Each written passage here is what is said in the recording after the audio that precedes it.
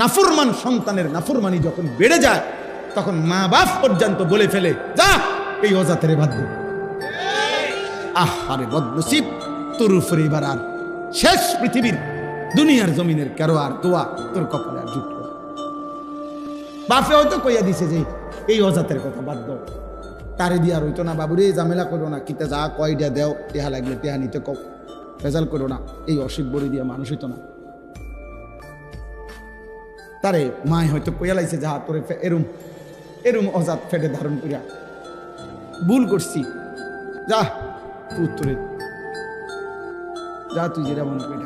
আর এই যে শেষ দোয়ার যেই ছায়াটা ছিল তার মাথার উপরে, মা বাপের দোয়া, এরা যদি এটা বলে ফেলে, এবার তার আর রইল কি? এবার তার লাগে দোয়া করবে তার দুলাভাই। কথা বুঝেন না?